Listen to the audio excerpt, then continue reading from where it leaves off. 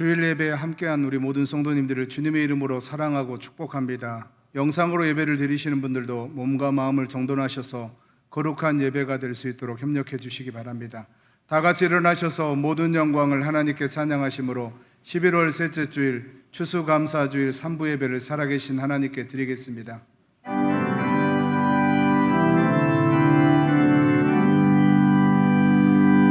모든 영광을 하나님께, 모든 영광을 하나님께, 온 마음과 뜻 다해 주 예배합니다. 모든 영광을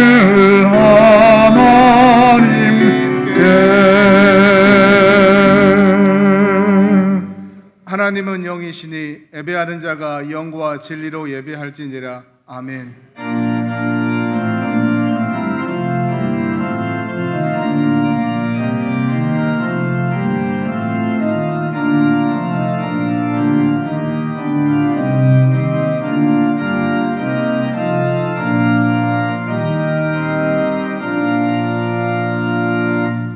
사랑의 하나님, 감사합니다. 한 해 동안 하나님께서 지켜주신 그 은혜에 감사하며 추수감사주일 예배로 하나님을 예배할 수 있는 큰 은혜를 허락하여 주시니 감사합니다. 이 시간 우리의 온 마음과 뜻을 다하여 하나님을 예배할 때 우리 예배를 받아 주옵소서. 거룩하신 예수님의 이름으로 기도드립니다. 아멘.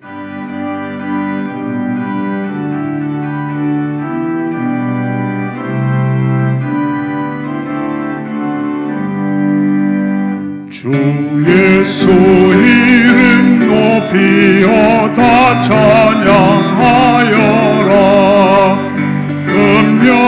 금멸류관을 들여서 만유의 초찬양,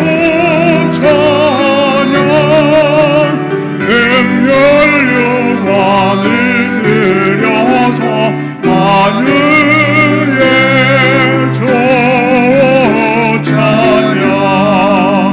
주 예수 당한 고난을 못 잊을 죄인아, 내 귀한 법에 바쳐서 만유의 초찬양,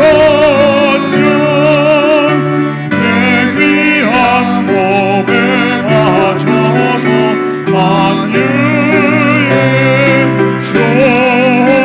찬양. 이 지구 위에 거하는 온 세상 사람들, 그 크신 위엄 높여서 만유의 찬양, 그 크신 위엄 높여서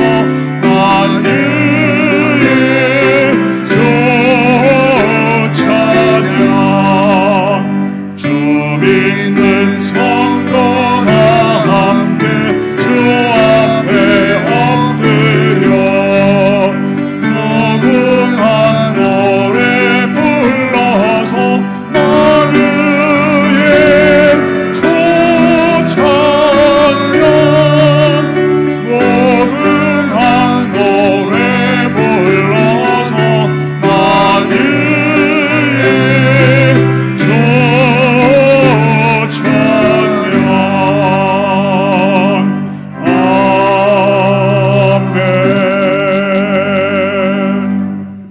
여호와께 감사하라. 그는 선하시며 그 인자하심이 영원하미로다. 여호와께 감사하고 그의 이름을 불러 아뢰며 그가 하는 일을 만민 중에 알게 할지어다. 그들이 광야 사막길에서 방황하며 거주할 성읍을 찾지 못하고 줄이고 목이 말라 그들의 영혼이 그들 안에서 피곤하였도다. 이에 그들이 근심 중에 여호와께 부르짖음에 그들의 고통에서 건지시고 또 바른 길로 인도하사 거주할 성읍에 이르게 하셨도다. 여호와의 인자하심과 인생에게 행하신 기적으로 말미암아 그를 찬송할지로다. 그가 사모하는 영혼에게 만족을 주시며 줄인 영혼에게 좋은 것으로 채워주심이로다. 아멘. 전능하사 천지를 만드신 하나님 아버지를 내가 믿사오며 그 외아들 우리 주 예수 그리스도를 믿사오니 이는 성령으로 잉태하사 동정녀 마리아에게 나시고 본디오 빌라도에게 고난을 받으사 십자가에 못 박혀 죽으시고 장사한 지 사흘 만에 죽은 자 가운데서 다시 살아나시며 하늘에 오르사 전능하신 하나님 우편에 앉아 계시다가 저리로서 산자와 죽은 자를 심판하러 오시리라. 성령을 믿사오며 거룩한 공회와 성도가 서로 교통하는 것과 죄를 사하여 주시는 것과 몸이 다시 사는 것과 영원히 사는 것을 믿사옵나이다. 아멘.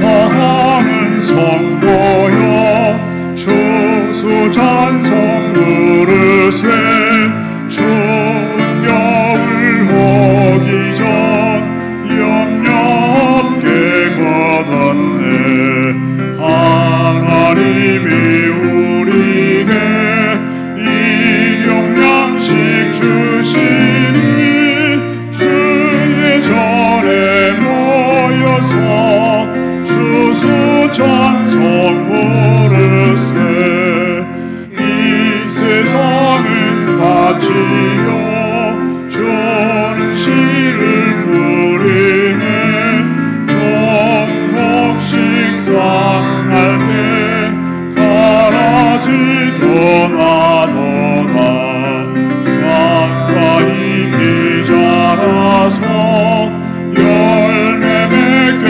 되나니 우리들을 온전한 알곡 되게 하소서 우리 주님 오셔서 곡식 거둬들이고 밭에 있는 나쁜 것 모두 소멸하실 때 강아지는 골라서 물에 던져 태우고 갈곡들은 곳간에 길이 쌓아두시니 주여 어서 오셔서 우리 거둬주소서 죄와 슬픔 중에서 우리 건져주소서 모든 성도 영원히 하늘 집에 이르러 천군 천사 올려 주수 찬송 부르리.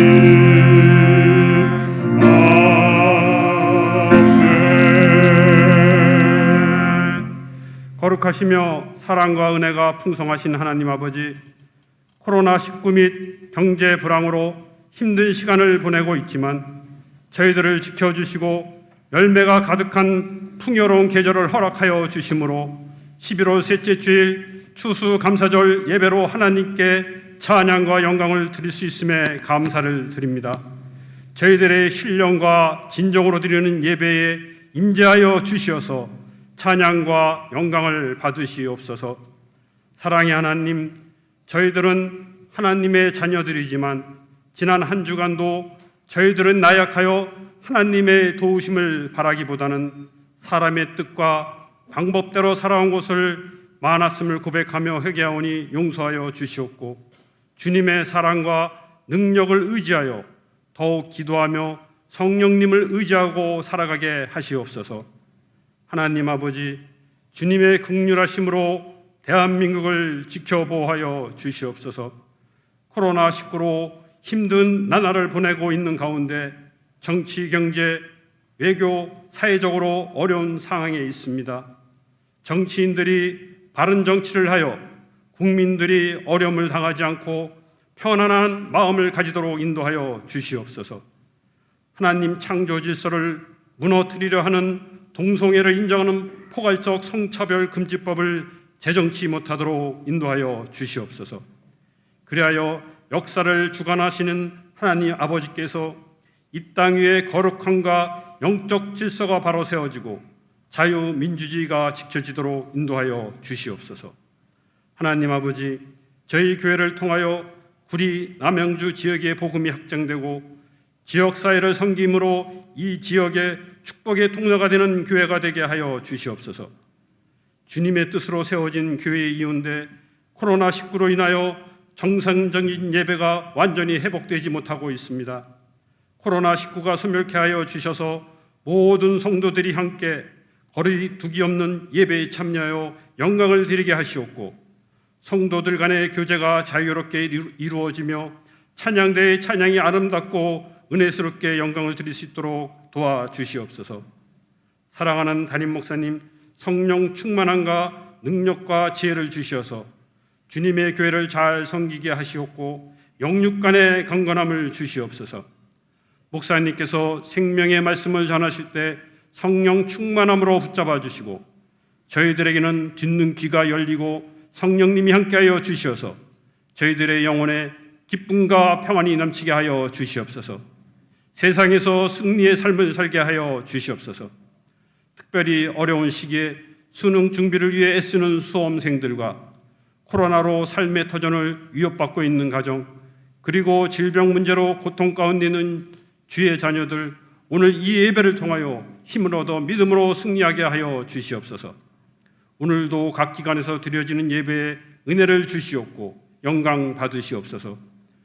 주의 성전 각 처소에서 충성으로 봉사하는 권속들을 기억하시어 축복의 은혜를 내려 주시옵고, 어려운 때 세계 열방에서 주님의 나라 확장을 위하여 수고하시는 선교사들과 가정들의 영육간을 강건케 하시며 평안하게 지켜 주시옵소서. 이 모든 말씀을 우리와 항상 동행해 주시는 예수님의 이름으로 기도드립니다. 아멘.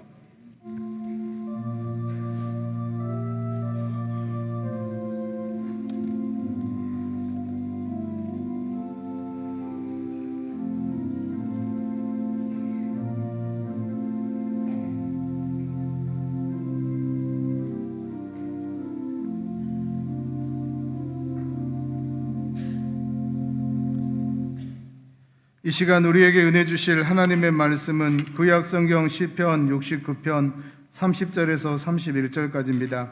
구약 성경 852쪽입니다. 시편 69편 30절에서 31절입니다. 시편 69편 30절부터 제가 읽겠습니다.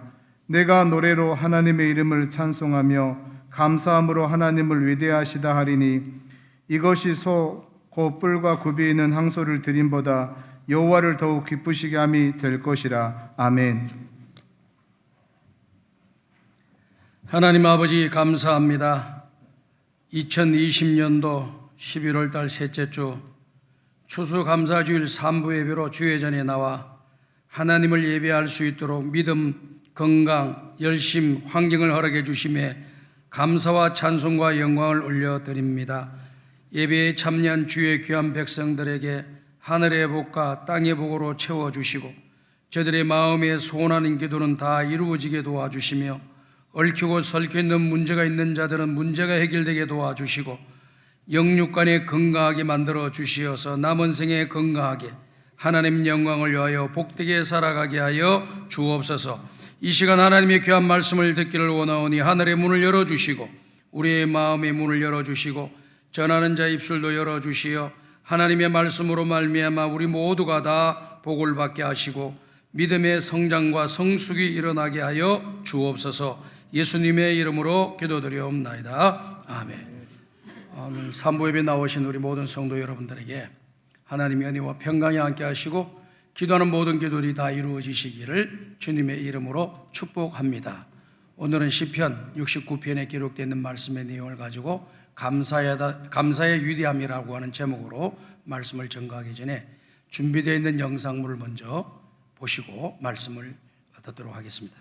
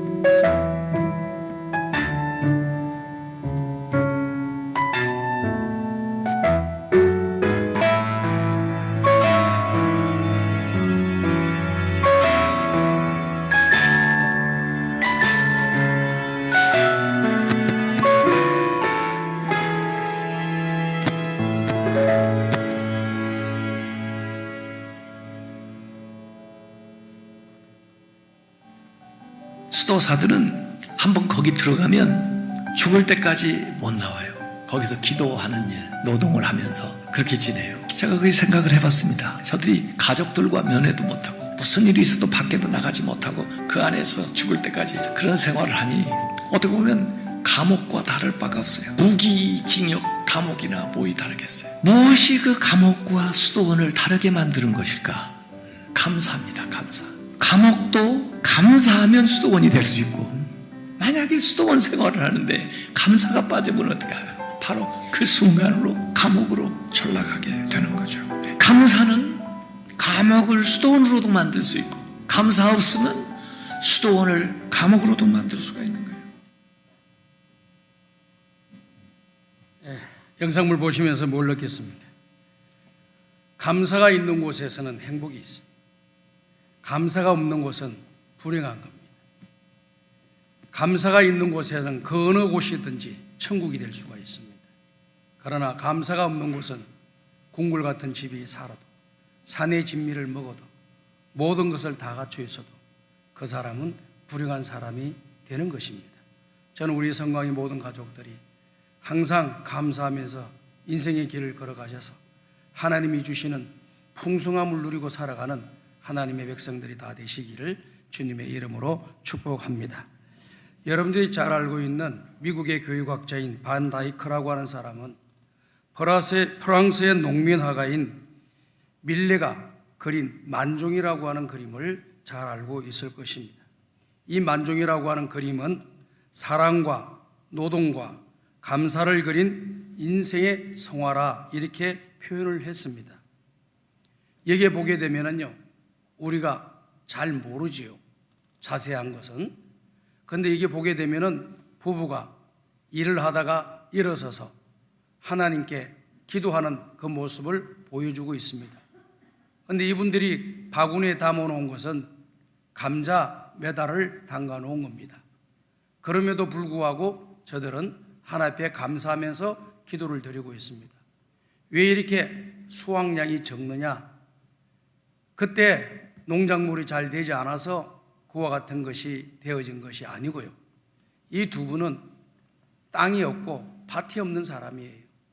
그래서 주인이 밭을 가지고 있다가 감자를 심어가지고 싹 다 거두가면은 그 뒤에 가난한 사람들이 그 밭에 나와가지고 주인이 거두갔던 그 땅에, 그곳에 혹시 다 거두가지 못한 감자 이삭이 있나 싶어가지고 그곳에 두 사람이 나가가지고 그 감자를 목했던 감자들을 캐내가지고 바구니에 담는 일을 하고 있는 거죠. 그야말로 가난한 부부의 모습이지만은 신앙생활을 잘하고 또 하나님께 감사의 기도를 드리고 있는 아름다운 그러한 모습을 우리에게 보여주고 있습니다. 모든 조건들이 다 갖춰졌기 때문에 감사하는 것이 아니라 어떠한 생활 가운데 속에서도 감사하는 아름다운 모습이 이곳에서 우리는 발견할 수가 있는 거예요. 저는 오늘 우리 모든 성광의 성도들과 함께 감사의 위대함이라고 하는 이 제목으로 말씀을 전거하고자 하는데요, 이 감사를 하게 되면 어떤 역사가 일어나느냐 하는 것을 살펴보려고 합니다. 오늘 우리가 읽은 말씀 시편 69편 30절과 31절에 기록되어 있는 말씀의 내용을 보게 되면요, 이렇게 말씀이 기록이 되어 있죠. 다 같이 읽어보겠습니다. 시작. 내가 노래로 하나님의 이름을 찬송하며 감사함으로 하나님을 위대하시다 하리니 이것이 곧 소 뿔굴굽이 있는 황소를 드림보다 여호와를 더욱 기쁘시게 함이 될 것이라. 자, 여기 보니까 내가 노래로 하나님의 이름을 찬송하며 감사함으로 하나님을 위대하시다 하리니 이것이 소 곧 뿔과 굽이 있는 황소를 드림보다 여호와를 더욱 기쁘시게 함이 될 것이라 라고 말씀했습니다. 그러니까 30절에는 감사하면서 찬송을 부르는 것, 찬송을 부르면서 감사하는 것은 황소를 제물로 드리는 것보다도 더 하나님의 기쁨이 된다라고 하는 것을 이야기하고 있지요. 여기 황소를 왜 등장했을까요? 유대인들은요, 예배를 드릴 때마다 하나님 앞에 예물을 다 드렸습니다. 예물을 드리는데 모두 공평하게 똑같은 것을 드리라고 하지 않았어요.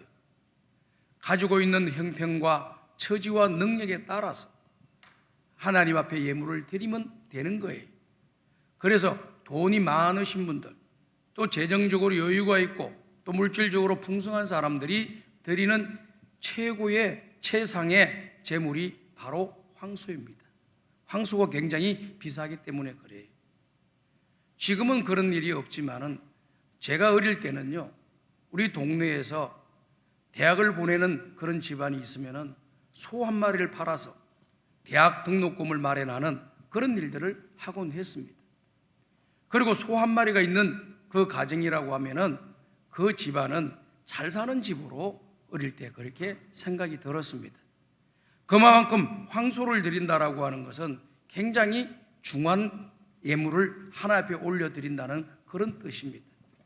그러면은 재정적으로 연약한 사람들은 어떻게 했습니까? 그거보다 못한 사람들은 양과 염소를 드리면서 하나 앞에 제물로 드리면서 제사를 드렸던 거예요. 또 그분들보다도 더 덜 사는 그런 분들은 어떻게 되느냐? 그분들은 비둘기를 잡아서 드려 그것으로 하나 앞에 제물로 삼았습니다. 그러면은 비둘기도 드릴 수 없는 가난한 그러한 사람들은 어떻게 했느냐? 자기가 먹는 밀을 아주 곱게 갈아가지고 그것을 한 문큼 하나님의 전에다가 올려드리면서 하나님 앞에 제물로 드렸던 것입니다. 그렇기 때문에 밀가루를 드렸다고 해서, 고운 밀가루를 드렸다고 해서 그것은 하나님이 가볍게 보시고 황소를 드리는 것은 하나님이 귀하게 받으시느냐? 그게 아닙니다. 모든 것 처지와 형편에 따라서 드리는 그들의 마음속에 감사와 찬양이 있으면서 드려지는 것을 하나님이 기뻐하신다는 그런 말씀입니다. 다시 말씀을 드려서 황소를 드리는데, 최고의 제물인 황소를 드리는데 이 황소를 드리면서 감사가 없고 찬양이 없다고 하면은 밀가루를 드리더라도 하나님 앞에 드리는 이것에 감사와 찬송이 들어가 있다고 한다면은 그 감사와 찬양으로 드리는 그 예물은 황소를 드리는 것보다 더 하나님을 기쁘게 해드리는 예물이 될 것이다라고 하는 것을 말씀하고 있는 것이죠. 사는 성도 여러분들, 허리를 바짝 펴세요. 허리를 제가 구부리지 말라고 했죠. 허리를 펴셔야지 여러분들의 건강에 도움이 됩니다. 허리를 항상 펴시고 구부리지 마시고, 제가 이렇게 가만히 보면 어떤 분은 옆으로 한 10도 정도 기울여 주신 분도 계셔요. 10도가 옆으로 기울어졌어요. 아, 저렇게 계속 가시다가 이렇게 기울인 모습으로 사시면 어떡하나.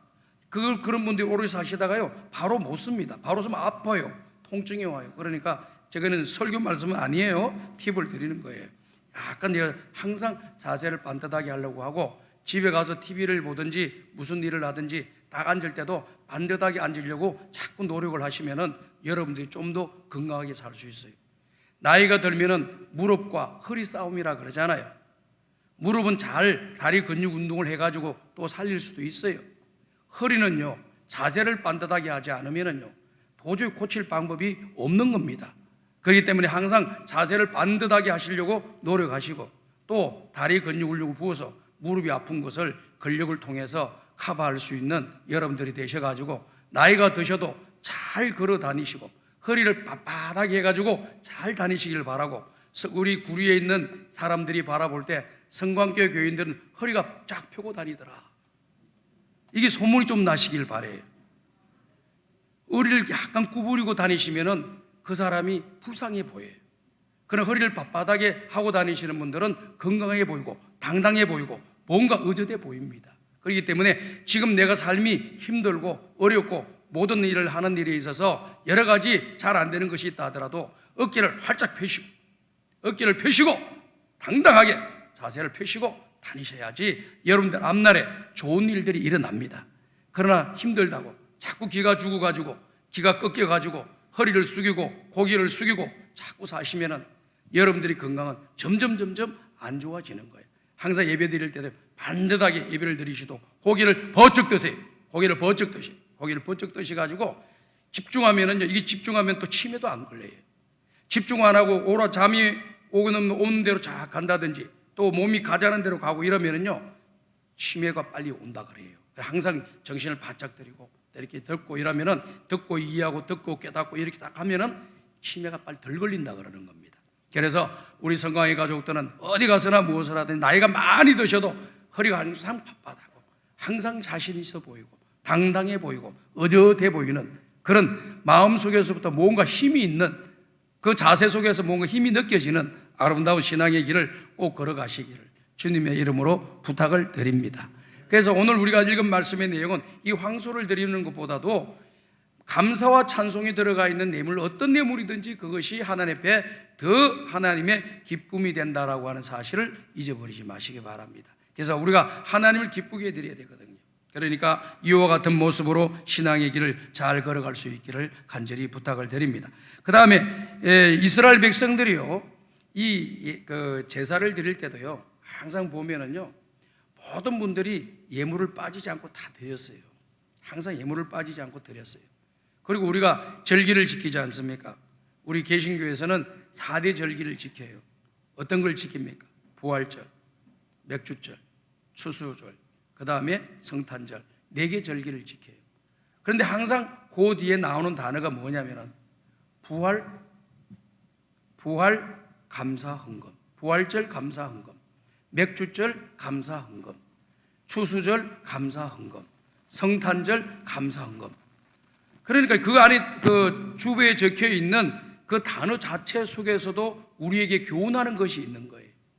아, 예물을 드릴 때마다 감사함으로 드려야 되겠구나, 자원함으로 드려야 되겠구나, 찬송하면서 드려야 되겠구나, 이런 마음을 가질 때 우리가 바른 신앙의 길을 걸어가는 거예요.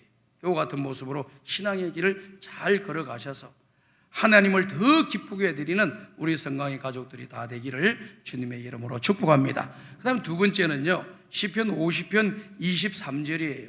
이 말씀의 내용을 보게 되면은 다 같이 읽어볼게요. 시작. 감사로 제자를 드리는 자가 나를 영화롭게 하나니 그의 행위를 옳게 하는 자에게 내가 하나님의 구원을 보이리라.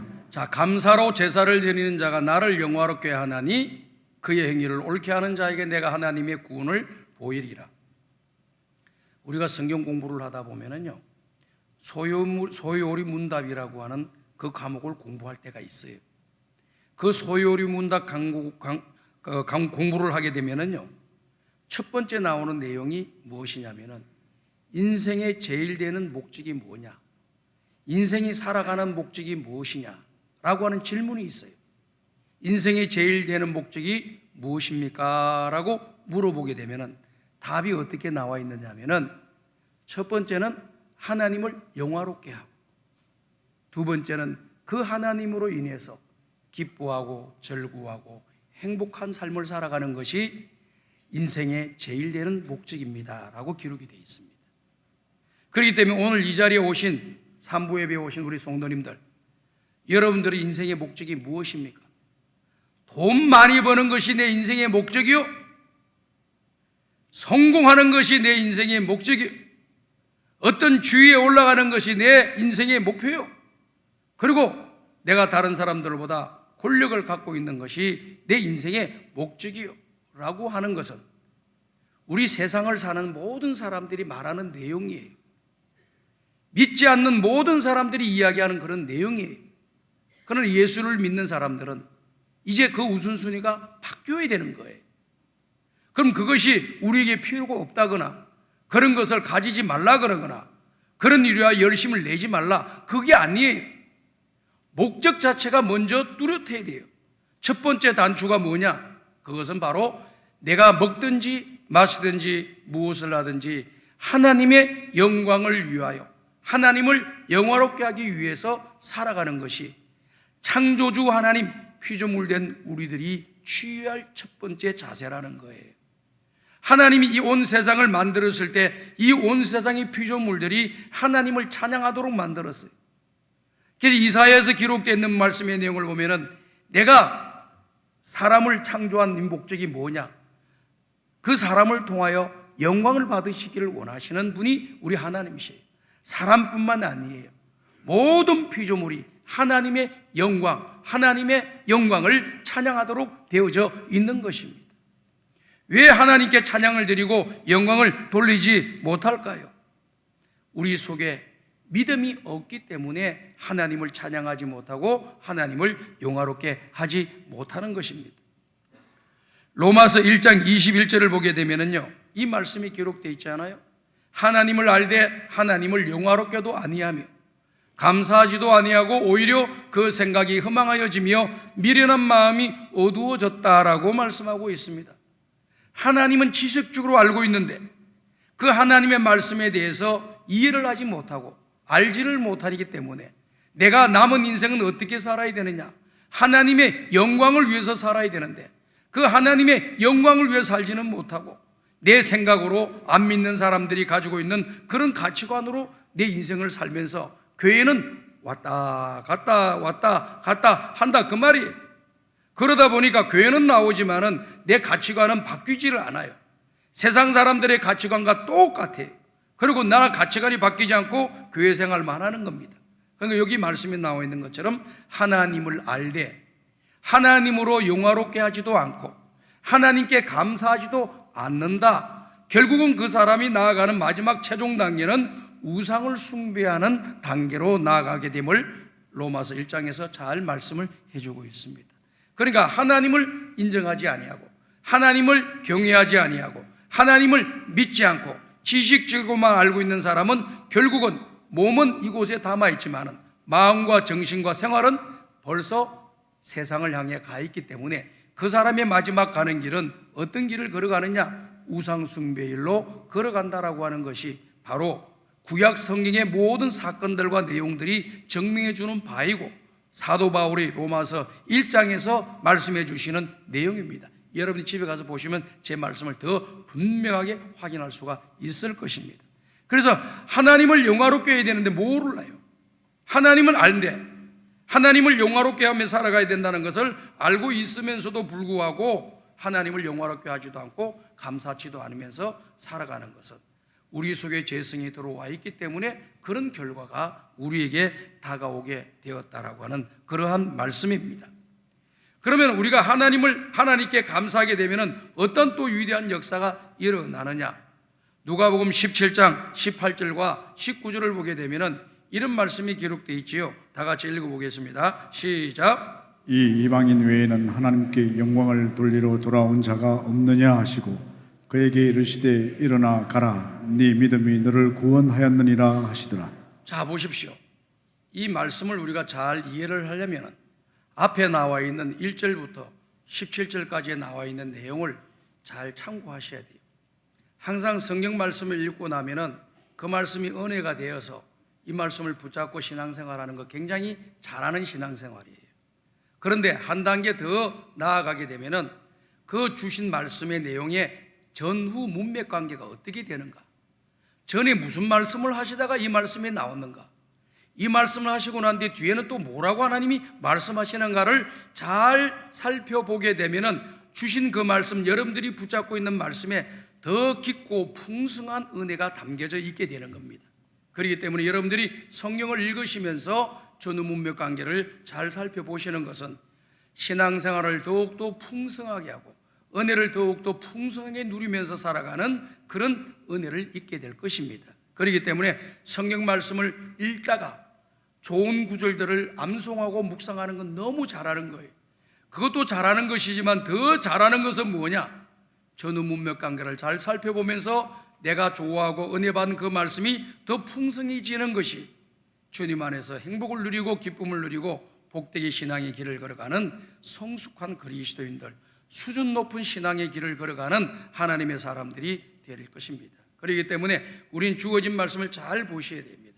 그래서 여기 뭐라고 말씀이 나와 있느냐면은 이 말씀이 나와 있죠. 여기에 보니까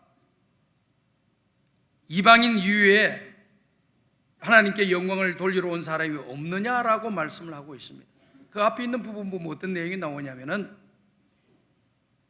10명의 나병에 걸려있는 사람이 우리 예수님이 오셨다라고 하는 소리를, 자기가 살고 있는 그 가까운 곳에 오셨다라는 소리를 듣고 거기서 우리 예수님을 찾으면서 우리를 불쌍히 여겨달라고, 우리를 긍휼히 여겨달라고, 우리에게 자비와 은혜를 베풀어 달라고 이렇게 간절하게 청원을 하고 있는 것을 우리가 보게 됩니다. 이 나병이라고 하는 건요, 과거의 성경에 기록되었을 때는요, 이 한글 성경이 자꾸 번역되고 조금 더 조금 고칠 건 또 고치고 하면서 지금 오늘날까지 온 거예요. 처음에 나온 내용을 보게 되면은 문둥병이라고 기록이 되어져 있습니다. 이 문둥병의 어감이 좋지 않으니까 성경 말씀에 이런 나병에 걸린 분들이 계시기 때문에 그 이름을 나병으로 고쳤어요. 요즘은 한샘시병으로 이렇게 바꾸고 부른다고 합니다. 그런데 이 나병에 걸리게 되면 어떻게 됩니까? 나병에 걸리게 되면은요, 이가 코가 떨어져 나가도요, 발가락이 떨어져 나가도, 손가락이 떨어져 나가도 감각이 없어요. 아픈 줄을 모른다는 겁니다. 그리고 진물이 흐르고 냄새가 나고, 또 다른 사람에게 그 세균이 전달될 수 있다고 해가지고 그 사람들을 가정에 두게 하지 아니하고 그 동네 살지 못하게 만들고, 그래서 그 사람들을 격리시켜서 외딴 곳에 그들이 집단적으로 모여 살게 하는 것입니다. 우리가 잘 알고 있는 소록도라고 하는 걸 알고 계시죠? 그 소록도에는 요즘 어떻게 됐는지는 잘 모르지만은 제가 알고 있는 지식은 그 소록도에는 나병에 걸려 있는 사람들을 육지에 살지 못하게 하고 바다를 건너서 그 소록도라는 곳에 전부 다 모여서 살게 해서 그 나병이 육지에 있는 사람들에게 영향을 미치지 못하도록 하는 그런 격리하는 그런 장소가 소록도라고 알고 있습니다. 이 소록도에 이와 같이 가게 되면 나병에 걸린 분들이 다 그곳에 계시는 거예요. 그렇게 살게 됩니다. 그렇기 때문에 사람들에게 가까이 오지 못해요.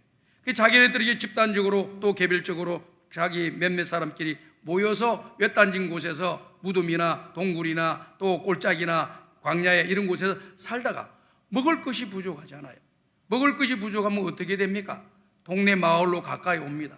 동네 마을 가까이 와서 사람들을 만나 뵙고 집의 문을 두드려서 뭘 달라고 요청을 못합니다. 오면은 동네 사람들이 다 돌을 집어들고 나병 걸리고 한 사람을 다 돌로 때려서 절로 못 들어오게 만드는 거예요. 그러니까 멀찌감치 떨어져서 자기네들이 배가 고프니까 지나가는 사람들에게 우리를 불쌍히 여겨 주세요. 우리를 국률히 여겨 주세요. 지금 먹을 것이 없습니다. 먹지 못한 지가 하루가 되었습니다. 제발 우리를 도와주세요. 울부짖는 거예요. 그러면 그 이야기를 들었던 어떤 사람들은 그냥 지나치기도 하고, 어떤 사람은 마음에 또 이렇게 감동이 돼가지고 자기들이 가지고 있는 음식을 한 보따리 싸가지고 그 길에다가 갖다 놓게 되면은 사람들이 지나다니지 않을 때 잽싸게 이 나병에 걸린 사람이 뛰어내려와서 그 음식물을 들고 다시 자기가 사는 동네에 가가지고 자기 가족들이나 자기 동료들하고 같이 음식을 먹곤 했습니다. 그런데 지금 여기에 10명에 되는 많은 사람들이, 나병에 걸린 사람들이 우리 예수님에게 우리의 나병을 고쳐달라고, 우리를 불쌍히 여겨달라고 요청하는 내용이 나오잖아요. 요청하면 나오는데 우리 주님이 뭐라고 말씀하셨냐면은 이렇게 말씀했습니다. 너희 몸을 제사장님에게 찾아가서 보이게 하라 그랬습니다. 그럼 우리는 생각할 때 이 말씀의 내용이 뭔지를 잘 몰라요. 왜 제사장에게 찾아가라고 했을까? 그건 배경이 다 있는 거예요. 자, 나병에 걸려가지고 있더라도요, 자연스럽게 치료가 되는 그런 사람들이 있습니다.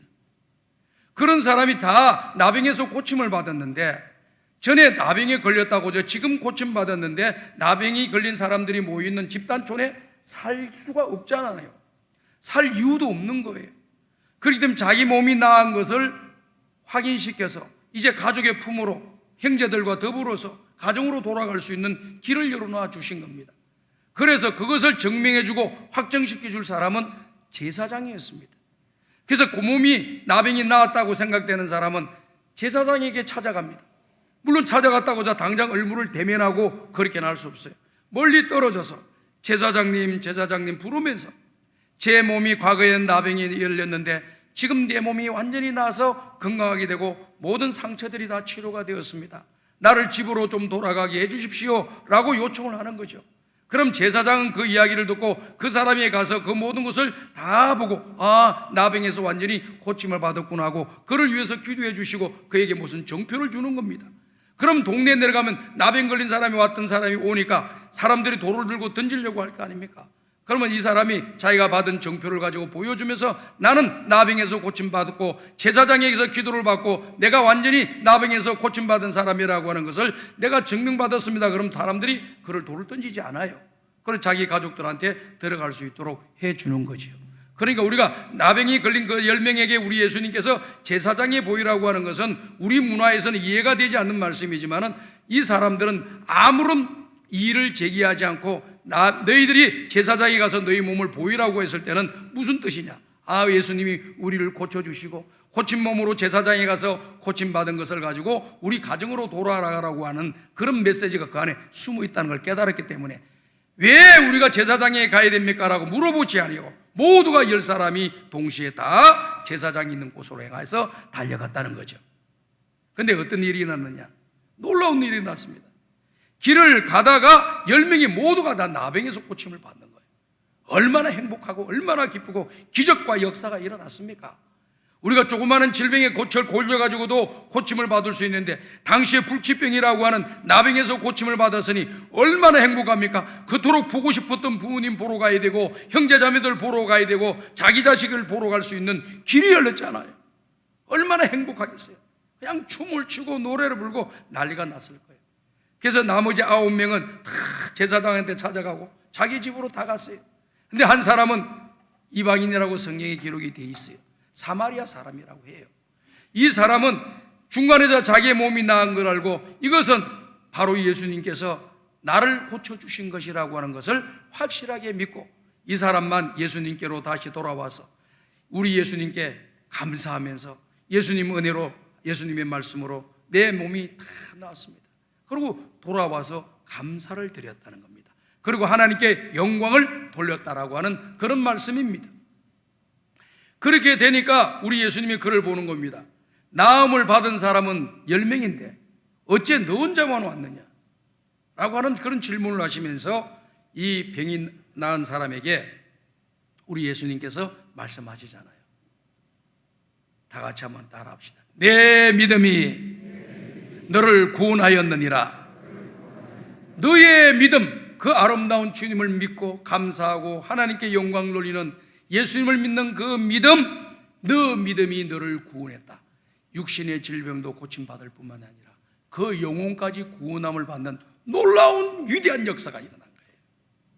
감사는 육신의 문제만 해결되는 것이 아니라 육신의 문제가 아닌 영적인 문제까지도 해결해 주시는 놀라운 역사가 일어나는 겁니다. 이게 위대한 역사가 일어나는 거죠. 제가 이 말씀을 보면서 감동받았어요. 그렇구나. 감사는 그냥 육신의 고침만 받는 게 아니라 덤으로 더하여 주시고 감사하는 자에게는 더 큰 감사가 일어나도록 하나님이 더 귀하고 가치 있는 것으로 역사해 주시는구나 걸 깨닫게 되었어요. 스펄전 목사님이 이런 말씀을 했죠. 우리가 잘 아는 말씀이에요. 별빛을 보고 감사하는 사람은 하나님께서 달빛을 주신다. 달빛을 바라보고 감사하는 사람은 하나님께서 그에게 햇빛을 주신다는 거예요. 감사를 적은 것에 감사하면 더 큰 감사거리를 또 주시고 또 더 큰 감사거리에 또 하나님께 감사하면 더 큰 감사를 주신다는 그런 역사가 일어나요. 감사 그 한 개로 끝나는 것이 아니라 또 다른 감사가 생산되도록 만드는 위대한 역사가 일어난다는 거예요. 얼마나 좋습니까, 여러분? 여러분 감사하면 더 좋은 것이 나타난다고 하니까 더 감사이고 감사가 우리 입에 다 그냥 습관화처럼 되어야 되고 감사가 우리 입에 달려 있어야 되는 거예요. 감사하면 기적이 일어날 줄로 믿습니다. 여러분들이 이런 좋은 은혜를 우리가 받고 말씀을 깨닫고 우리의 생활로 옮겨서 신앙생활을 해보면 우리의 생활이 더욱더 풍성해지고 감사가 넘치고 기쁨이 넘치고 행복이 넘치고 예수 믿는 것이 너무 좋고 주님의 은혜가 너무 감격스러워 이런 놀라운 아름다운 역사들이 일어나게 될 줄로 믿습니다. 이런 역사가 일어나는 거예요. 그래서 예수를 믿지 못한 사람들, 안 믿는 사람들은 하나님께 감사하지도 않고 하나님께 영광을 돌리지도 않아요. 사도 바울과 같은 사람은요, 자기 자신에게 주신 직분에 대해서 감사를 하잖아요. 내가 우리 주 예수 그리스도께 감사함은 나를 충성되이 여겨 직분을 맡기심이니 내가 전에는 하나님의 교회를 핍박하고 믿는 성도들을 박해했던 사람이고 그야말로 죄인 중에 괴수인데 나를 구원해 주시고 그리고 또 사도의 직분, 복음을 전하는 사도로 만들어 주시고 이 복음을 전하는 일을 능력 있게 할 수 있도록 은혜를 주신 그 하나님께 감사한다고 이야기했습니다. 사도 바울이 감사한다라고 하는 이 문법적 의미는 무엇이 담겨져 있느냐면은, 문법적 의미는 이런 거예요. 과거에 하나님께서 그런 은혜를 주시고 그런 역사를 일으켜 주신 것에 대해서 감사했습니다. 지금 현재도 감사하고 있는 거예요. 그 사실에 대해서. 그리고 앞으로도 죽을 때까지, 주님 부르신 날까지 그 일을 감사하면서 살겠다라고 하는 문법적 의미가, 사도 바울이 사용한 내가 우리 주 예수님께 감사하는 것은 이 말입니다. 그러니 사도 바울은 나 같은 죄인을 구원해 주시고 이방인의 사도로 삼아 주시고 주의를 힘있고도 힘있게 할 수 있도록 능력을 주신 그 하나님께 과거에도 감사하고 지금도 감사하고 앞으로도 감사하면서 천국 가겠다고 하는 거예요. 얼마나 멋있는지 모르겠어요. 오늘 성광에 사랑하는 성도 여러분들, 나 같은 죄인을 구원해 주신 하나님 은혜 여러분 감사하십니까? 이 감사가 지금도 살아있어야 돼요. 아, 목사님, 옛날에는 내가 늘 감사도 많이 하고 찬양도 하고 기쁘고 즐겁고 행복했는데 요즘 뭔가 모르게 텁텁하고 뭔가 답답하고 뭔가 기분이 그냥 시원하지도 않고 그냥 습관처럼 교회에 왔다 갔다 합니다. 이런 분이 계세요. 십자가로 다시 돌아가세요. 예수님을 다시 만나세요. 주님 만나게 되면 주님께서 그 은혜를 우리에게 주실 줄 믿습니다. 나 같은 죄인을 위하여 십자가에서 피 흘려 죽으신 예수님을 바라보면서 다시 한번 그 구원의 감격이 회복되고 감사하는 여러분들이 되시고 남은 생에 나 같은 죄인을 구원해 주신 그 하나님의 은혜에 대해서 감사하며 살다가 천국 가야 되겠다, 이런 믿음으로 살아가시기를 주의 이름으로 축복합니다. 그리고 또 주의 일을 할 때도 마찬가지예요. 내가 다른 사람들보다 일 많이 하고 충성하고 하는 것도 이 내가 하는 것이 아니고 하나님이 은혜를 주셨기 때문에 하는 것이기 때문에 그 일에 대해서 감사하면서 주의 일을 하라는 거예요. 혹시 여기 앉아 계시는 성도님들 가운데 속에서 내가 다른 믿음의 백성들보다, 믿음의 형제자매들보다 더 많이 수고하고 더 많이 충성하고 더 많이 희생하고 더 많이 보생하고 계십니까? 봉사하고 계세요? 이것을 감사하셔야 되는 거예요. 반대로 생각하면 큰일 나는 거예요. 내가 왜 어쩌다가 그냥 교사를 하고 어쩌다가 전도회장을 하고 어쩌다가 구역장을 맡아가지고 어쩌다가 권사가 돼가지고 내가 이렇게 힘들게 교회 생활하는지 모르겠다. 만약에 여러분들이 그런 말을 한다면 너무 불행한 사람이 되는 거예요. 우리는 하나님 앞에서 주의를 하는 것이 기쁨이 되어야 되는 거예요. 이 즐거움이 되어야 되고 우리의 행복이 되어야 되고 우리의 가치관이 되어야 됩니다. 그래서 우리가 주의를 할 때마다 더 감사하면서 주의를 하는 거예요. 내 몸이 허락하는 한, 내 건강이 허락하는 한, 내 여건과 환경이 허락하는 그 안에서 내가 최선을 다해서 주의를 하고 봉사하고 믿음의 길을 걸어가면서 항상 마지못해서 할 수 없이 하는 것이 아니라 자원함으로 기쁨으로 즐거움으로 감사하면서 주의를 하는 것이 성도들이 걸어가야 할 신앙의 길임을 여러분들이 믿으시기를 바랍니다. 이 신앙의 길이에요. 그러면 그렇게 살면은요 너무 행복해요. 신앙생활이 너무나 행복하고 주일이 기다려지고 믿음의 형제자매들 보기를 원하고 하나님 기뻐하는 일을 하는 것에 즐거움이 생기고 또 소망이 생기고 그 사명을 충분히 다 감당하는 역사가 일어나요. 그러니 얼마나 좋습니까? 그래서 우리가 감사하면 이런 기적과 역사가 일어나는 겁니다. 데살로니가 전서 5장 18절을 보게 되면 우리가 잘 아는 말씀이죠. 이 말씀에는 어떻게 기록이 되어 있습니까? 범사에 감사하라. 이것이 그리스도 예수 안에서 너희를 향하신 하나님의 뜻이라 그랬습니다. 제가 저번에도 말씀을 드렸던 것처럼 우리가 감사하면은 하나님의 뜻을 이루어 드려요. 하나님의 뜻을 이루어 드릴 때 우리가 마음이 어떤 마음이 생길까요? 기쁨이 있습니다. 즐거움이 있습니다. 행복이 있습니다. 자, 여러분 한번 생각해 보세요. 여러분들의 부모님이 여러분들을 향한 뜻이 있을 거예요. 여러분이 자라날 때 여러분들을 향한 뜻이 있을 거예요. 근데 그 자식들이 열심히 해가지고 부모님이 바라는 뜻을 이루어드려 보십시오. 그 부모님이 얼마나 행복하겠습니까? 또 나아가서 부모님의 뜻을 이루어드렸다고 생각하니까 본인도 너무 행복하고 기쁘고 즐거운 거예요. 우리 아이들이 그런 마음을 다 가지고 있을 거라고 저는 생각해요. 근데 잘 안 되니까 그것이 답답하고 좀 힘든 것이죠. 그게 만약에 하나님 은혜를 내려주셔가지고, 특별한 은혜를 내려주셔가지고 부모님이 원하는 뜻대로 자기가 잘 준비해서 그 뜻을 이루어드리게 되면 부모님도 기쁘고 즐겁고 행복하지만, 그 뜻을 이루어드렸다 해가지고 내가 부모님 바라던 걸 내가 해드렸다 해가지고 본인 자신도 그렇게 기쁘고 즐거운 거예요. 오늘 저와 여러분들이 하나님을 기쁘게 해드리는 삶을 살아가게 되면 나도 모르게 행복하고 기쁘고 즐겁고 신앙생활이 너무 해피한 거예요. 이해가 되시면 아멘 하시기 바랍니다. 이런 은혜가 있는 거예요. 그래서 범사에 감사라고 하는 말씀은 좋은 일에도 나쁜 일에도 다 감사라는 것이죠. 어떤 분들은요, 신앙생활하면서 세 종류의 사람이 있다고 하잖아요. 한 분은 감사거리가 있을 때마다 감사하는 사람이, 어떤 분은 감사거리가 있어도 감사를 안 하는 사람이 있어요. 그런데 어떤 분은 감사거리가 있을 때도 감사하고 감사거리가 없다고 생각되어질 때도 감사하며 사는 사람이 있다는 거예요. 왜 그렇게 할까요? 모든 주권은 하나님이 갖고 계시고, 하나님이 축복의 문을 딱 걸어 잠그면 누구도 복을 받을 수가 없고, 하나님이 축복의 문을 활짝 열어두어 주시면 아무것도 없고 능력도 부족한 사람에게 하나님의 축복이 몰려 내려오는 거거든요. 그렇기 때문에 하나님이 모든 주권을 가지세요. 그리고 하나님은 나를 사랑하십니다. 믿으시면 아멘 합시다. 하나님은 나를 사랑하십니다. 다 같이 한번 따라 합시다. 하나님은 나를 사랑하십니다. 믿습니까? 그 하나님 사랑하는 사람에게는 좋은 것을 주셔요. 여러분 보십시오. 여러분들 자녀를 사랑하시잖아요. 자녀를 사랑하니까 뭐 하고 싶어요? 나쁜 거 주고 싶지 않고 좋은 거 주고 싶은 거예요. 아멘? 그런데 나를 미워하고 나를 싫어하고 나를 원수로 대하는 사람한테 내가 좋은 것을 줄 수 있습니까? 줄 수 있다면 대단하신 분이죠. 그러나 인간적으로 보통 우리의 상식적인 선에서 보면은 좋은 것을 줄 수가 없는 거예요. 가만히 있어도 줄 수는 있는데 공격하고 비난하고 저주하고 그냥 안 좋은 소리를 자꾸 하고 다니는 사람한테 내가 일부러 찾아가서 좋은 것을 해주는 사람들은 정말 대단한 사람. 그런 사람 드물어요.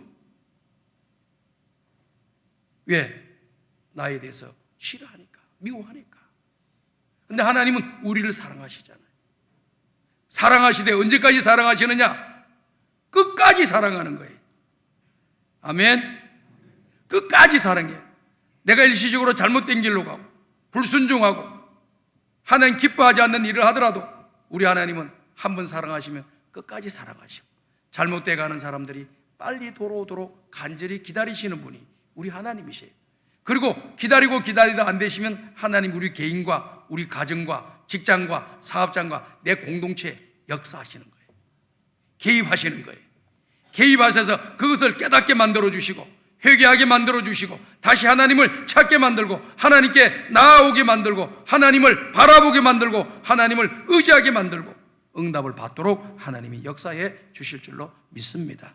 그러니까 어려운 일을 당해도요, 우리가 하나님의 주권을 생각하고 하나님 나를 사랑하신다, 나는 하나님은 나의 목자이시다, 나는 그의 양이다, 그가 나를 푸른 초장에 누이시며 쉴만한 물가로 인도하여 주실 줄로 믿습니다. 이런 믿음을 갖고 있으면은요, 역사가 일어나는 거예요. 그렇기 때문에 잘 될 때만 감사하는 것이 아니라 어려울 때에도 감사할 수 있는 거예요. 합력하여 선을 이루어 주시기 때문에, 구하는 자에게 좋은 것을 주시기 때문에. 지금 좋은 것 없어요. 합력하여 선을 이룰 만한 것이 없어요. 그런데 우리가 기도하고 감사하고 나가면은 하나님께서 그걸 합력하여 선을 이루도록 만들어 주시고 은혜와 복이 되도록 만들어 주신다는 것입니다. 그렇기 때문에 오늘 우리가 잘 말씀을 보셔야 돼요. 구약 성경에 나오는 신앙의 위대한 인물들이 다 한결같이 편안한 길, 평탄한 길을 걸어간 사람이 거의 없습니다. 다 고난을 겪고 환난을 겪고 어려움을 겪고 문제가 있었지만은 하나님께서 그때그때마다 의지하는 그들에게, 하나님을 바라보는 자들에게 힘과 은혜를 내려주셔가지고 그 모든 것이 합력하여 선이 되도록 만들어주시고 믿음의 바른 길로 걸어가고 자손만 내가 복을 받도록 하나님 그 길을 열어놓아 주시잖아요. 우리가 성경 한번 보십시다. 욥기 1장 21절을 보게 되면요, 욥이라고 하는 신앙이 위대한 인물, 하나님이 인정해 주시는 의인입니다. 하나님이 인정해 주시는 의인이에요. 동방의 거부라고 했어요. 성경 말씀 이거 한번 읽어보겠습니다. 시작. 이르되 내가 모태에서 알몸으로 나왔사온즉 또한 알몸으로 거리로 돌아가올지라.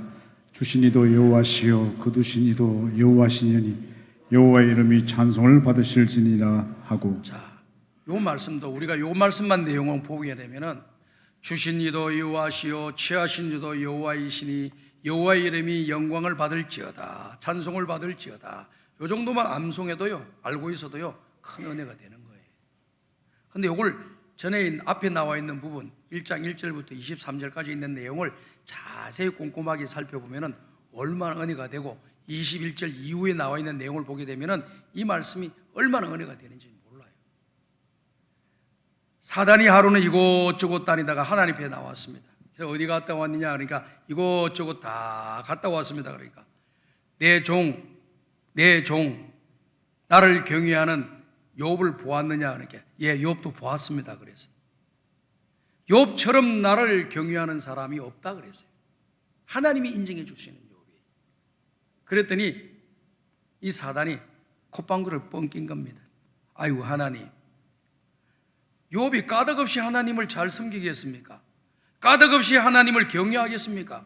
하나님께서 복을 주시고 자식들도 10명을 주시고 그리고 소와 양떼 수천 마리의 어마어마한 거부가 되도록 만들어 주시고 좋은 아내, 이쁜 아내도 만나게 해주시고 그렇게 모든 좋은 조건을 다 주셨기 때문에 하나님을 예배하고 하나님께 감사하고 하나님을 찬양하고 하나님께 영광을 돌리는 것이지 까닭없이 그런 일을 할 리가 있겠습니까? 라고 이야기했습니다. 아니다. 욥은 그런 사람이 아니다. 아이고 그렇지 않습니다. 그랬더니 우리 하나님께서 이야기를 하는 거예요. 그러면은 네가 욥을 시험해봐라. 욥을 시험하되 욥의 생명은 건드리지 마라. 예, 알았습니다. 제가 한 방에 끝날 겁니다. 한 방에 하나님 저주하고 하나님 원망하고 하나님 모른다 할 겁니다 하고 자신감 있게 당당하게 나왔을 거예요. 그래도 욥에게 어떻게 했습니까? 욥의 10자녀가 한 묵에 다 죽어요. 10명의 자녀 한 명만 죽어도 난리인데 10명이 다 죽어버려. 이 슬픔이 보통 슬픔이 아니잖아요. 그리고 가지고 있는 재산이 다 도둑질 당합니다.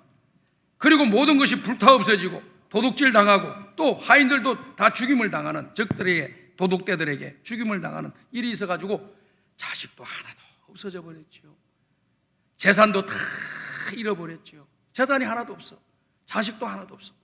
그리고 사랑하는 아내까지 도망가 버리고 자기 몸뚱어리 하나 남아있는데 이 몸도 악창에 걸려가지고 머리에서 발끝까지 그냥 부스러기로 가득 찬 거예요.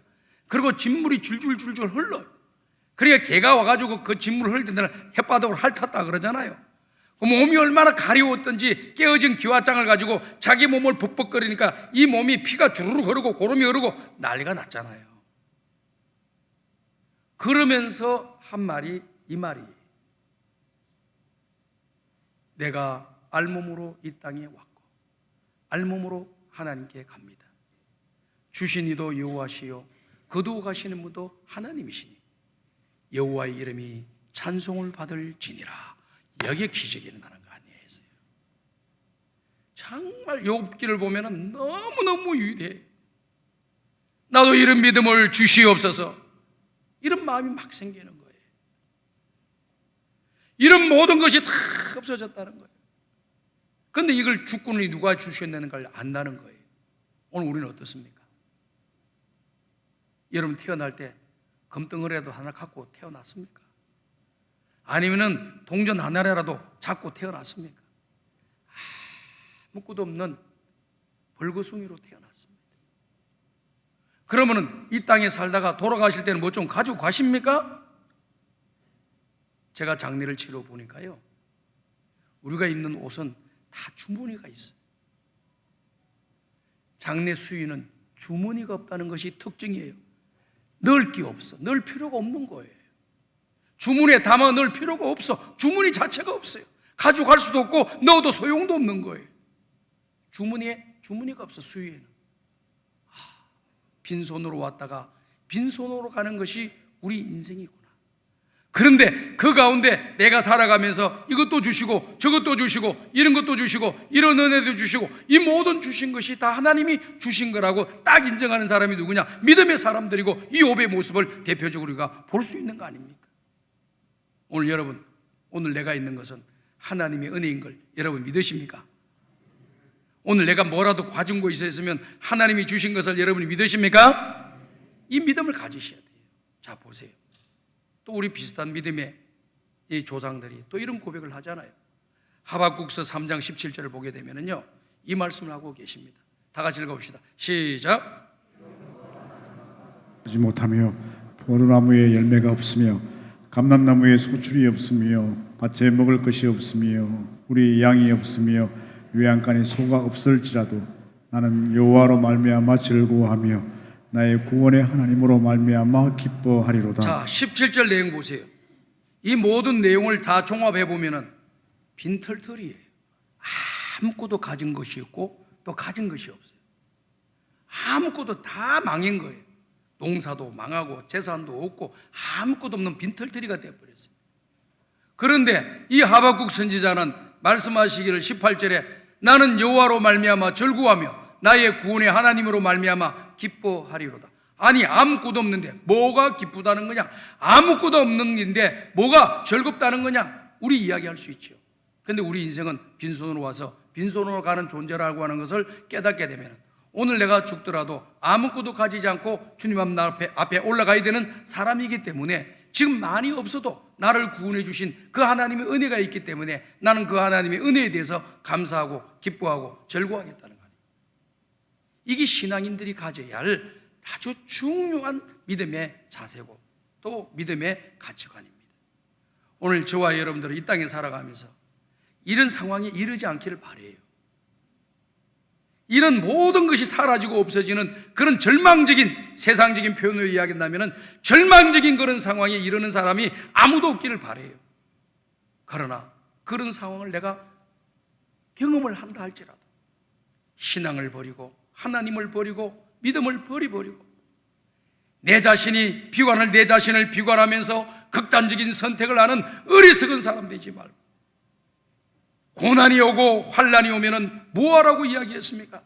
너희 가운데 고난이 있느냐? 저는 기도할 것이요. 다 같이 따라합시다. 너희 가운데 고난당하는 자가 있느냐? 저는 기도할 것이요. 아멘. 어려운 문제 생기면은 다른 거 생각하지 말고 기도해야 되겠구나. 기도해야 되겠구나. 이 생각 가지고 하나님 앞에 메어 달리면은 내 마음에 뭉쳐져 있던 모든 절망감들이 조금씩 밀물듯이 밀려나가고 내 마음에 한 줄기 빛이 비치면서 소망이 생기는 거예요.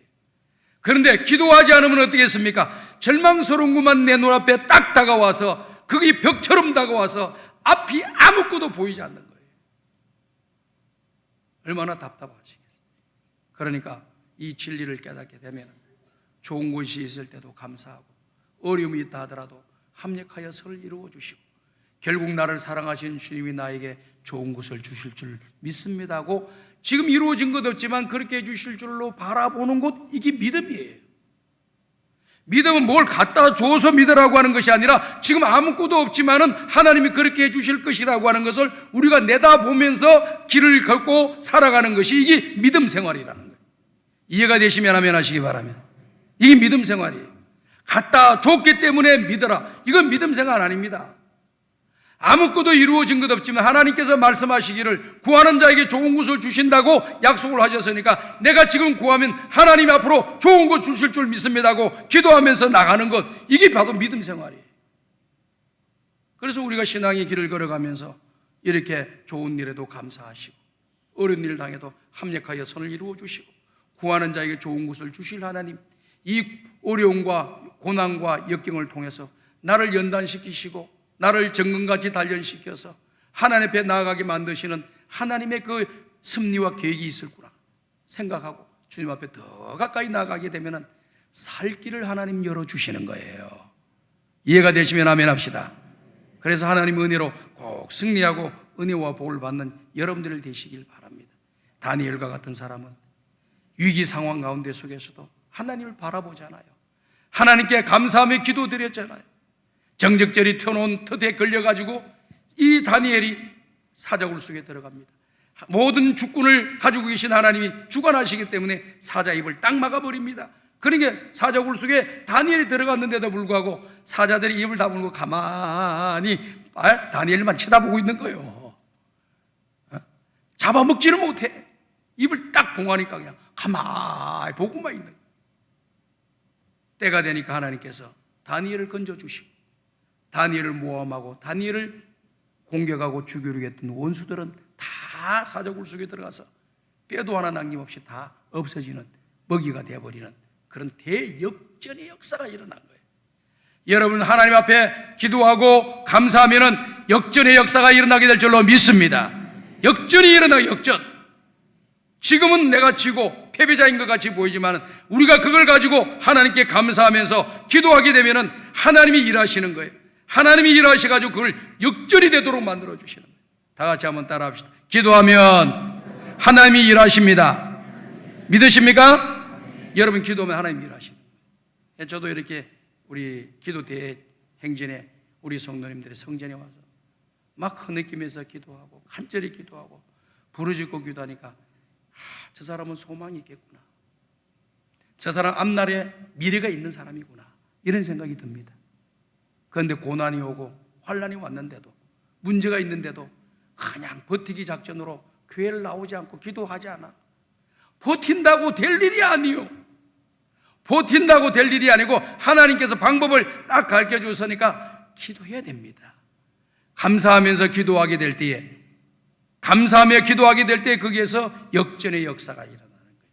감사하는 여러분들이 되셔가지고 은혜와 복을 받으시고 하나님이 주시는 평강을 누리면서 여러분의 삶이 더욱더 풍성해지고 좋은 것을 공급받고 비전과 역사가 일어나고 하나님 영광을 드러내는 우리 모든 성강의 가족들이 다 되시기를 주님의 이름으로 축복합니다. 하나님 감사합니다. 오늘도 귀한 말씀을 주시니 이 말씀 우리의 마음에 담고 감사하며 기도하며 주님을 찬양하면서 믿음의 길을 걸어가서 하나님의 놀라운 은혜와 복을 받는 주인공들이 다 되게 하여 주옵소서. 얽히고 설켜 있는 문제들은 해결하여 주시옵시고 병든 자들은 고쳐 주시옵시고 마음에 답답하고 클클한 것을 시원하게 만들어 주시옵소서. 예수님의 이름으로 감사하며 기도하옵나이다. 아멘.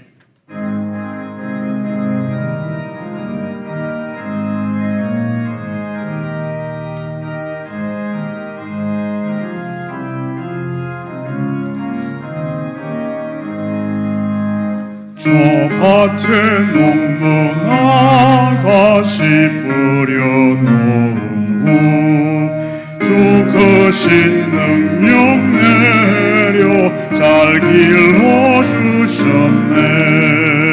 또 사시사철 따라 햇빛과 단비를 저 밭에 내려주니 그 사랑 아롭네. 온갖 귀한 선물 주님이 주신 것 그 풍성하신 은혜를 다 감사드리세. 저 산과 들을 보라 참 아름답구나. 길가에 고운 것도 주님의 솜씨라. 저 공중 나는 새도 다 먹여주시니 그 사랑하는 자녀 돌보지 않으랴. 온갖 귀한 선물 주님이 주신 것 그 풍성하신 은혜를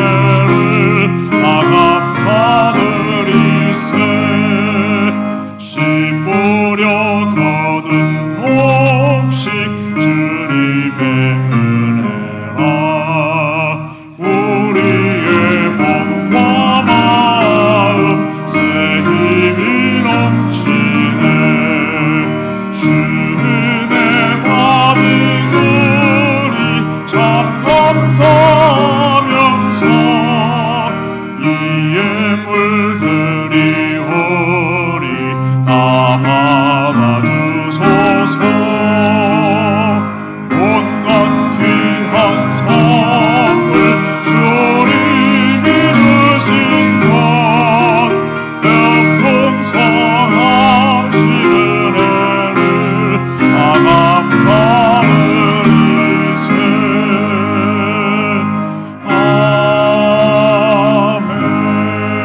아멘. 하나님 아버지, 감사와 찬송과 영광을 하나님 앞에 올려드립니다. 오늘도 주의 전에 나올 때 마음과 뜻과 정성을 다 모한 귀한 예물로 하나님 앞에 11조문을 드리며 장한금을 드리며 성경금을 드리며 추수감사절 절기 예물을 드리며 감사 예물을 드립니다. 모든 예물 하나님 기쁘게 받아주시고 저들의 개인과 직장과 가정과 사업장과 생업터 위에 은혜를 내려주셔서 물질로 인하여 고통받지 아니하도록 하나님께서 은혜를 내려주시고 은혜를 주신 그 하나님께 감사하며 고난 가운데 속에서도 감사하면서 믿음의 길을 걸어가는 우리 성광의 가족들이 다 되게 도와주시고 은혜와 복을 받는 자들이 되게 도와주시고 간증할 일들이 많아지게 하여 주시옵소서. 예수님의 이름으로 축복하며 기도하옵나이다. 아멘.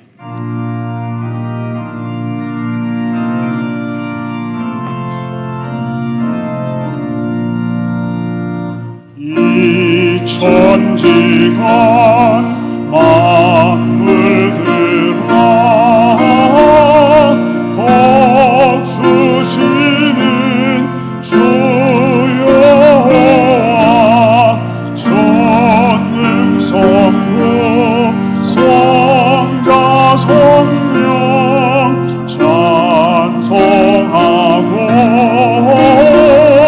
찬송하세.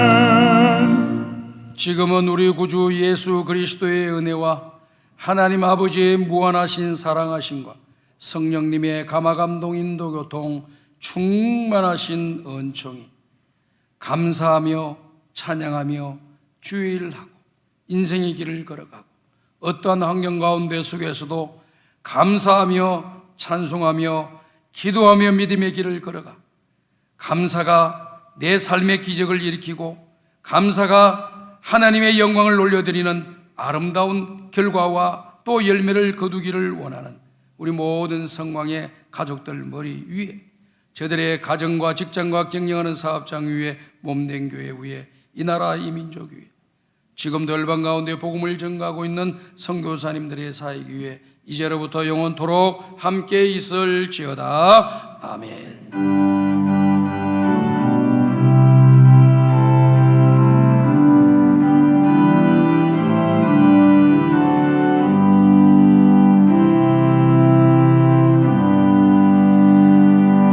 자리에 앉아주시고 다시 한번 인사합니다. 참 잘 오셨습니다.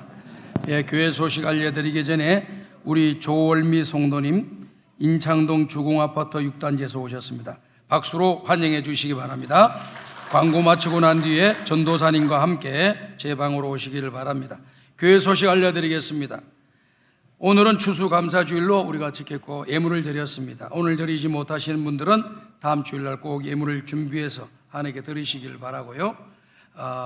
2020년도 제2차 유아 어린이 세례 입교 학습 세례식이 29일 주일 3부 예배 시간에 진행됩니다. 자세한 내용은 여러분들이 보시고 어린이 세례라고 하는 것이 들어가 있어요. 과거에는 그냥 유아 세례, 학습, 그 다음에 입교, 세례 이렇게 됐는데 어린이 세례라고 하는 것이 작년에 우리 총회에서 통과가 돼가지고 초등학교 6학년까지 유아 세례를 받지 않은 아이들이 세례를 받기를 원할 때 교회에서 그 아이들에게 세례를 줄 수 있도록 법을 고쳐서 만들어 놨습니다. 그래서 이번 세례식 때부터 어린아이들도 그동안 6학년 된 애들, 6학년 이하에 되는 애들이 세례를 놓쳤다, 기회를 놓쳤다면 꼭 나오셔서 세례를 받을 수 있기를 바랍니다. 그리고 지난 송구 영신 예배 때 여러분들에게 다 하나씩 나누어 드렸던 사랑의 밥그릇, 기아대책, 굶주린 이웃들을 돕는 이런 기아대책 밥그릇을, 사랑의 밥그릇을 하나, 저금통을 하나씩 받았는데 다 채워 놓으셨죠? 예, 감사해요. 자, 지난번에는요, 우리가 추수감사절 때, 이 절기 때 옆에다가 다 이렇게 그 저금통을 수백 개, 700개, 800개를 모아서 하나님께 감사드리는 그런 행사를 했어요. 근데 이번에 코로나19 때문에 그 행사를 못하고 1개월 더 연장을 해가지고 연말에 불우한 이웃들, 굶주린 이웃들, 헐벗은 이웃들을 돕는 일에 여러분들이 드린 이 저금통을 사용하고자 합니다. 그래서 이 저금통 언제 다 채우나 고민은 하지 마세요. 그냥 그 저금통 꽉 차면 25,000원에서 30,000원 들어간다고 합니다. 그냥 그것만 넣으셔가지고 빈 통이라도 그냥 2, 3만 원만 딱 넣어서 넣으면 끝나. 빨리 갖다 놔버려요. 오래 갖고 있을 필요가 없어요. 여러분 다 채우려면 연말도 안 돼. 내년도 될까 말까야. 그러니까 빨리 결단을 하시고 그 안에다 딱 넣어가지고 빨리 이름 쓰시고 이름 딱 써가지고 제출을 하세요. 그러면 연말에 다 모아가지고 그 어려운 이웃들을 돕는 일에 사용하도록 하겠습니다. 나머지 강구는 여러분께서 주부를 살펴주시고, 오늘 이 강단 예식, 오늘 이게 추수감사절 강단이 잘 되죠? 예, 이렇게 다 수고하시는 분이 계시기 때문에 이렇게 좋게 아름답게 해놓은 거예요. 우리는 가만히 그냥 이렇게 바라보고 그냥 좋은 것만 즐기는 거예요. 마음속에 여러분들 이런 걸 보시면서 좋은 일을 하시고 선한 일 하신 분들은 마음으로 축복해 주시기 바랍니다. 찬송가 430장 부르면서 주일 3부 예배, 추수감사주일 3부 예배를 모두 마칩니다. 안녕히 들어오십시오.